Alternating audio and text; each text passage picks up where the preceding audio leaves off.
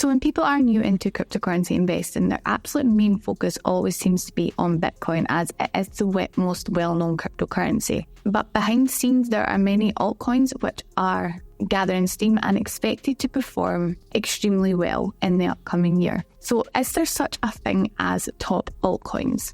I honestly think it comes down to people's own personal preference. Obviously, there are ones that will generate more returns than others, but does it mean that the project is fundamentally better? It's not always the case, and although that might seem a little counterproductive, what I mean by that is that there are ones that can perform better short-term and provide more short-term gains, and then we have ones that will provide more long-term profits. There really are so many factors to consider when declaring kind of your own top altcoins. So this is definitely just my own personal preference, but the main thing that I just want to do is share things along the way that I have been learning about.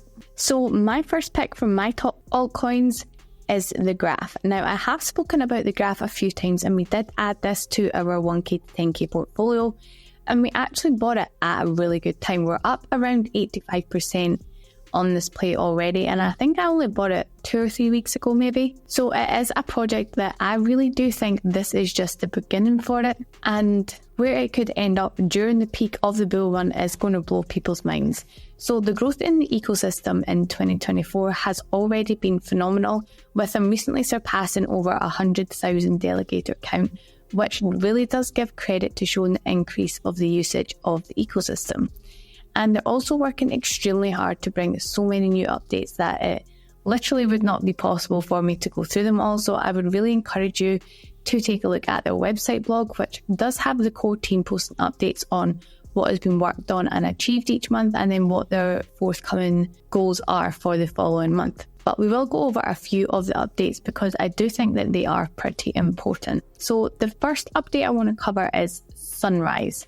So the goal of Sunrise is to seamlessly enable subgraph developers and data consumers to upgrade to the Graph's decentralized network. So the Sunrise initiative promises to eliminate query wait times completely. Thanks to the upgraded indexer, the moment that your subgraph is published onto the Graph, it becomes instantly available for people to query on this without any kind of delay on it. So this ensures a seamless and efficient transition to the network and allows you to start querying immediately. So there are also improvements in the subgraph updates. So the upgraded indexer will not only index the latest version of the subgraph, but it will also index the previous version. So this continuous data stream ensures the ongoing accessibility of subgraphs, uninterrupted query flow, and zero downtime on it. So the Sunrise also marks a significant move for them towards greater developer autonomy. So by transitioning onto the Graph network, developers gain control over their dApps data, which is then freeing themselves from the complexity and also the costs that are associated with managing their own indexing infrastructure. So instead, they leverage the collective power of numerous indexers across the network, which is ensuring reliable and rapid blockchain data services for efficient dApp operations. Now, another update that I want to kind of touch base on is the blobs. So Ethereum is obviously on the brink of a significant scalability boost with the introduction of the Ethereum Improvement Proposal. So this is the EIP 4844. Now, this proposal is bringing forth a new transaction type, which is called blob carrying transaction.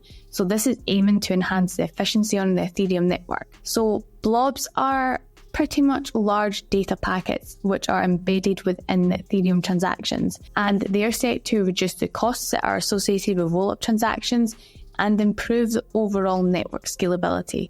However, there is a little bit of a catch. So blobs are ephemeral, and typically these are only stored for 18 days before then being pruned. So the good news is that the Graph is poised to address this, and they offer a solution for long-term storage and retrieval of blob data. So this solution is fully operational and ready to deploy alongside the implementation of the EIP 4844. So we shall jump straight into my second pick. So this is going to be ICP. Now, I know that I talk about ICP way too much. I'm trying not to, but if I'm being true to myself, it's one of my favourite picks. So I'm sorry if it bores you. But I know that a lot of people are losing faith in ICP a little bit. I've seen a lot of the comments are saying, it's not moving, it's not doing anything. The YouTube hype on it has died down, like you're not seeing the kind of sensationalized videos about it anymore. But long term, I am still in love with the project. So let's not forget that Solana was also trading sideways for a while. So was QNT, and once they started moving again, everybody started raving about them again. So just because a coin is not moving as much as you think it should, doesn't mean it isn't going to have its time. Nobody's ever regretted having patience, right? So there are actually still a few updates on it. So Dfinity has recently announced that they have an integration with Rosetta API, and it is set to launch in approximately a month's time, I believe. So the integration is then going to enable tokens within the ICP ecosystem to be listed on centralized exchanges, and this is expected to draw a lot more attention to ICP and also a huge amount more of liquidity into the ecosystem. And another update that they have, which maybe isn't as much of an exciting one, but it is still an update, they have announced the open alpha release of DocuTrack. So DocuTrack presents an open source alternative to conventional document sharing platforms within the traditional enterprise IT frameworks. So with DocuTrack, you can send and receive your documents securely in encrypted formats, and this is providing the highest level of security for communication between businesses and their vendors. So it also enhances customer onboarding processes such as KYC and AML, as well as signature collections. So this is overall improving user experience for enterprises. So personally, I think that this highlights how dApps on the internet computer can cater to the needs of traditional financial institutions, and it's also aiding them in modernising their technology stack and prioritising privacy of it by default. So with DocuTrack, the user's data leaves their browser in plain text and it remains encrypted during transit, and it's processed through nodes utilising chain key cryptography to execute the transactions. So it also is leveraging ICP's threshold security scheme, which is ensuring that the data is always verifiable by anybody while remaining accessible only to the authorised parties. So I am still very bullish on ICP. It is still my favourite play and I have a lot of faith in it.